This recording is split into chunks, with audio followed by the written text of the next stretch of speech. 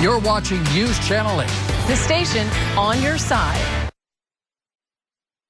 Live, this is News Channel 8 at 11 on your side. The Washington Commanders off the upright, and it is in!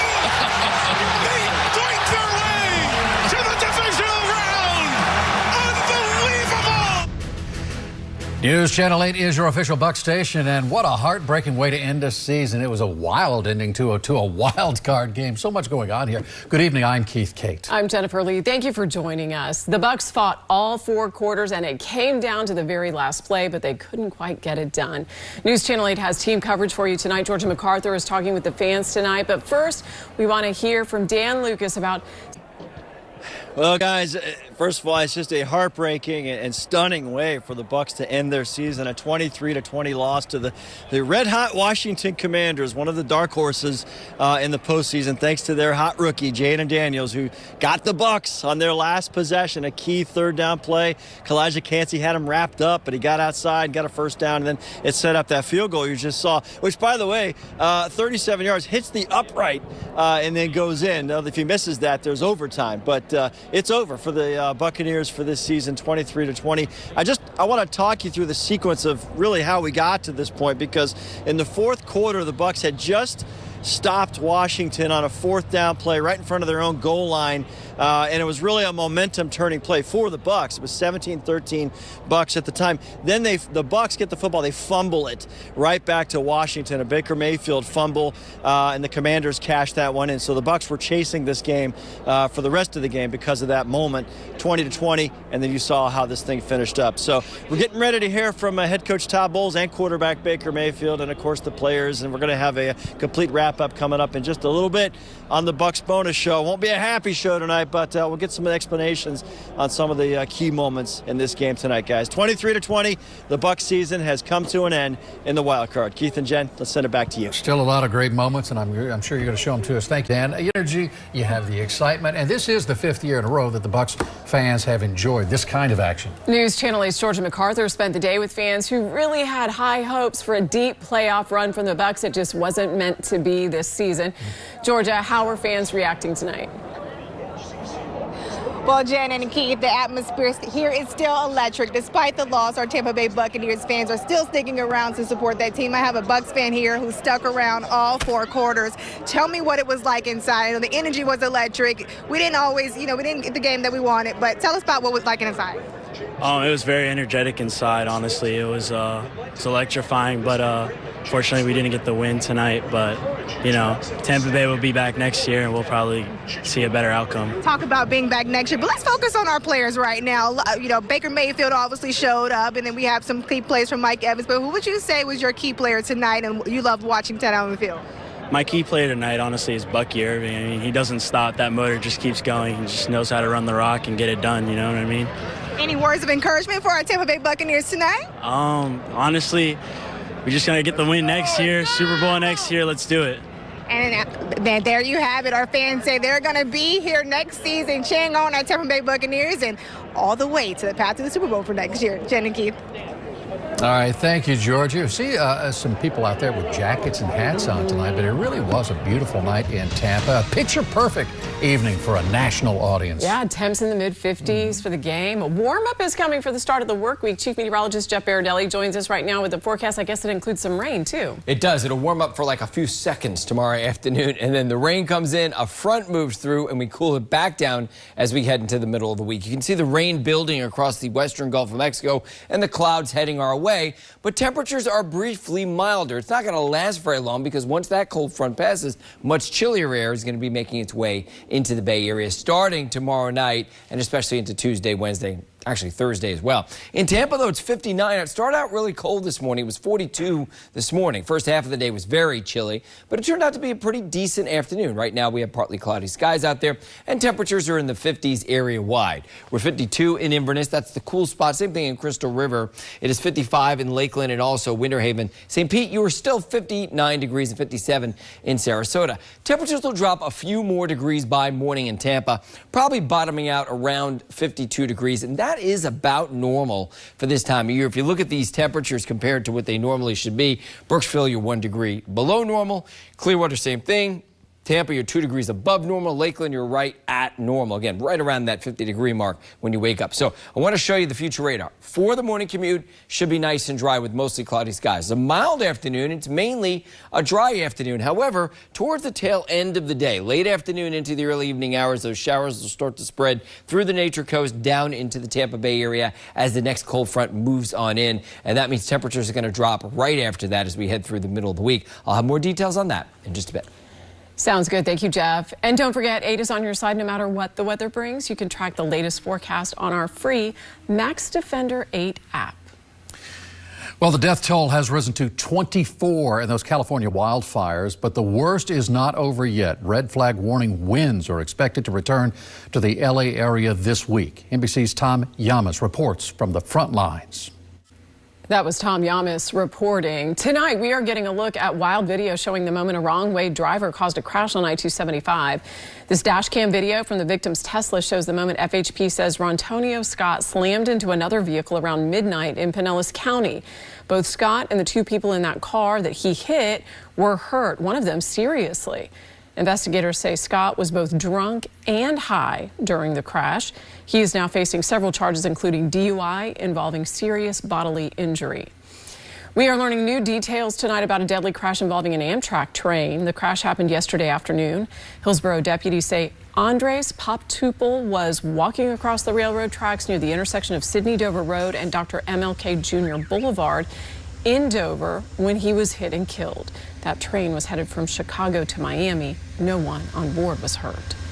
We have some new information tonight about a deadly stabbing yesterday in Largo. Today we learned that the victim died and a suspect has been charged with the crime. When crews arrived at the scene near 11th Avenue Northwest and 7th Street Northwest yesterday, they found the victim with multiple injuries.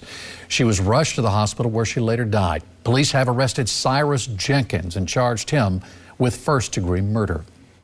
6 people are in the hospital tonight after a major crash in Hernando County. This was the scene earlier this evening along Spring Hill Drive, right in front of Hernando County Fire Rescue Station 5. 2 people were trapped in those vehicles after the crash happened. No word yet what caused the accident or how those people are doing tonight. Investigators are trying to figure out what caused this house fire in Polk County. When Polk Fire Rescue arrived at the home in Mulberry on Friday, flames were already shooting through the roof, causing it to partially collapse. Just look at that. Firefighters managed to put the fire out before it could spread to any other structures. Fortunately, no one was hurt. Fort Lauderdale police have arrested a man they say beat a 75-year-old man during an armed home invasion robbery. The security footage shows Joseph Soini entering the Leisure Beach South apartment building on Friday night, going into the victim's apartment. Investigators say when the owner returned from taking out the trash, Soini attacked him. Then he stole the victim's bike and several $1,000s in cash before stealing the victim's car. I was very surprised, yeah, because it's been a very safe neighborhood, very great people that rented. I feel bad for the man, and I hope he's okay. Deputies tracked down the thief in that stolen car yesterday and arrested him on multiple charges. The victim is recovering from his injuries. Still ahead, many Floridians lost everything in last year's hurricanes, and one local woman lost something that affects every minute of every day, her hearing aids. Coming up after the break, 8 on your side shows you the act of generosity that is helping her to hear again. And we may complain when it gets chilly, but it could be a lot worse. We'll have a look in the south. And for us, it's going to be briefly milder. Actually, quite a pleasant day tomorrow until the rain moves in and then a cold front passes. Yet another shot of very chilly air is on the way. I'll tell you how cold it's going to get coming up. And as we go to break, you can help us cover the news. If you see something happen, report it to WFLA.com/report it. You can also scan the QR code on your screen to reach the link. Download the WFLA app now on Roku, Apple TV, or Amazon's Fire TV and get instant access to News Channel 8. It is our commitment to make Tampa Bay a better place to live. By working together and uniting for what the city believes in. Measuring success by building you up. Because when you're at the top of your game, you make us all unbeatable. And if you need help, we're here. Because we're in this together. On your side. So everybody can be proud of this place. We are 2 teams with 1 goal. to uplift this community we call home. This is News Channel 8, your official Bucks station. When you see news happening, report it at WFLA.com. A Pasco County woman is still trying to recover after Hurricane Helene made landfall. That storm left her home in shambles. Keepsakes and photos were all swept away, along with her hearing aids. And that loss had a big impact on her everyday life. Tonight, News Channel 8's Lenny Supal shows us how a generous donation is helping restore something most of us take for granted. St. Petersburg is getting ready to host an event that will help anyone who needs housing assistance in the wake of last year's hurricanes. The city of St. Pete is partnering with the Bay Area Apartment Association to host a hurricane recovery rental housing fair on Wednesday, January 22nd. From 3 until 7 p.m., people will be able to come to the Coliseum and get application assistance from more than 40 housing communities. While the event will be focused on rental opportunities in St. Pete, anyone from the surrounding areas is welcome to attend.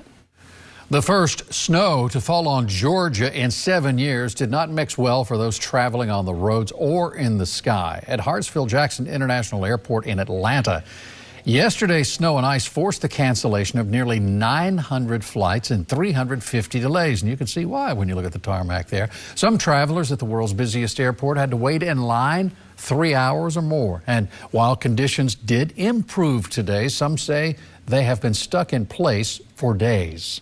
It's been a whole entire week. I've been trying to get home. All the flights are delayed. TSA says they have made an effort to overstaff today to handle the high volume of travelers. Well, getting lost in this thing could be a Floridian's worst nightmare. It is the world's largest ice maze. Rebecca Berry would not enjoy it. Built at TCO Stadium in Eagan, Minnesota, it's more than 18,000 square feet. The Minnesota Ice Festival started making the ice back in September and spent more than a month piecing it all together. I can't tell that it's a maze. On average, it takes people between 20 to 30 minutes to get through the maze. So if you're planning to visit, you will definitely want to bundle up. You say that's in Minnesota? Isn't that what they do all the time? Don't they have like I think they're everything used in to it. Minnesota's I think a it would be maze. traumatizing to us here, but I think they're doing just fine. That's like a corn maze in Minnesota. Yes. That's no big deal for Yes. those. Let's go to weather. All right, yeah, that's for sure. I mean, I figure it's like everyday life during the winter in Minnesota. For us, it kind of felt like that this morning when you walked out the door. It was like 42 degrees out there.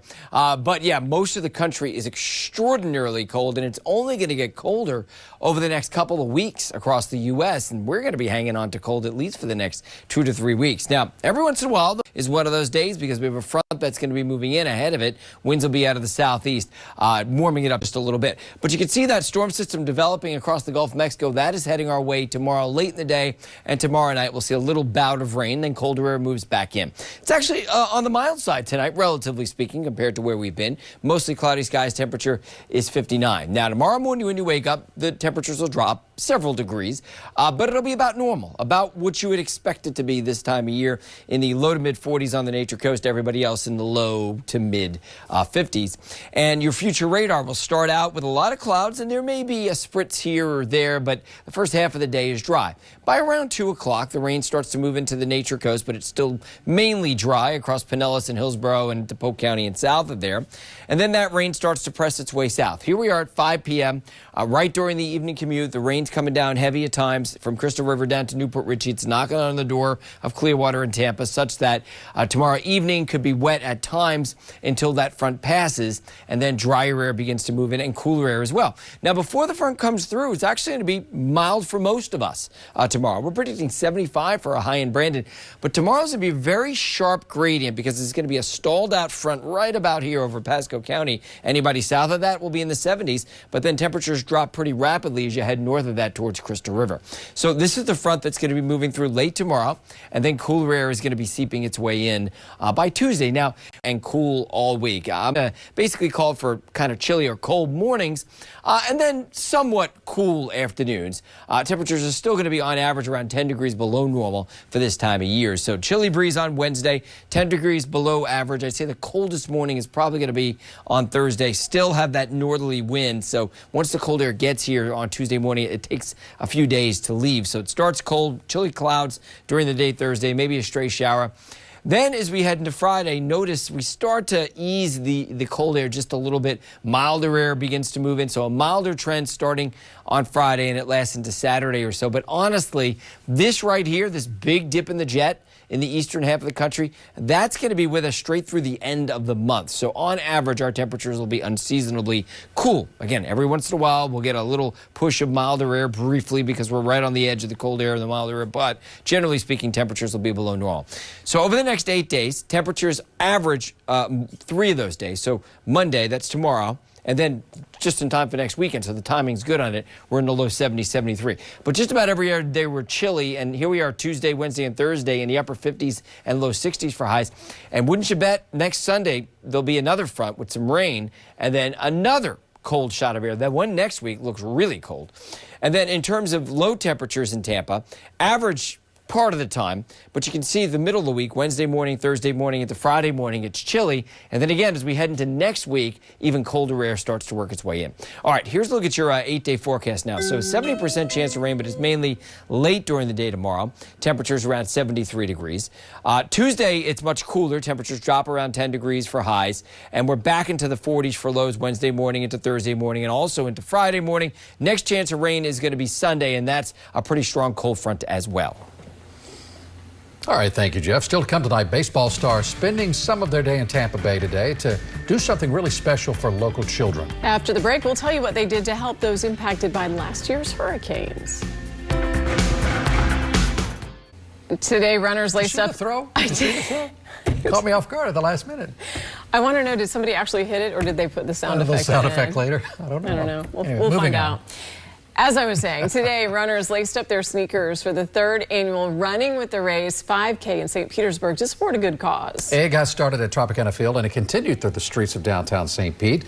The event are going to hurricane relief efforts in the Tampa Bay area. Pump your fist. Yeah, it's a great cause. The director of the Rays Baseball Foundation says it's a cause that everyone in the community can get behind. We've seen 2-year-olds, we've seen 90-year-olds, we have people out here who have never done a 5K before. It's very family-friendly event. Even if people aren't avid runners, they're out here because they want to give back to those who have been impacted by the storms. The money raised at today's race is in addition to the Rays' pledge to donate $1 million for hurricane victims. Well, still ahead, a very big change is coming to the Today Show tomorrow morning. Coming up after the break, you're going to hear what Craig Melvin and Savannah Guthrie told our News Channel 8 morning anchor team about their expectations now that Craig is sitting in the anchor chair. It is still an inferno out here. You can see just how strong the flames. Oh, whoa. Extremely high winds are driving this fire. All 29 fire departments in our county are not prepared for this type of widespread disaster. 10 football fields per minute devoured by these flames. Everybody's got to band together now. Things are changing by the minute. We'll stay on it in real time. Hopefully you'll stay with us. After the week-long farewell for Hoda Kotb, the Today Show will introduce its new co-anchor on Monday. But the new face is also a very familiar one. Our Avery Cotton and Chris Martinez spoke to Craig Melvin and Savannah Guthrie about what we can expect as Craig moves into Studio 1A. You can see more of that interview tomorrow on News Channel 8 Today. And of course, don't forget to tune into the Today Show tomorrow at 7 a.m. right here on News Channel 8. It's only about 7 hours from now, so hope you're up. Yeah. Either stay up or go to sleep immediately. Thanks for joining us. The Bucks bonus is coming up next. Yeah, in sports, we got Dan Lucas, Kenny Morales, Eileen Natchik. They're breaking down the entire fourth quarter, all 4 quarters, in fact, for this game. The Commanders and the Bucks matchup didn't go like we all wanted to as fans of the Bucks, but it is what it is, and the highlights and the lowlights are coming your way next, right after this.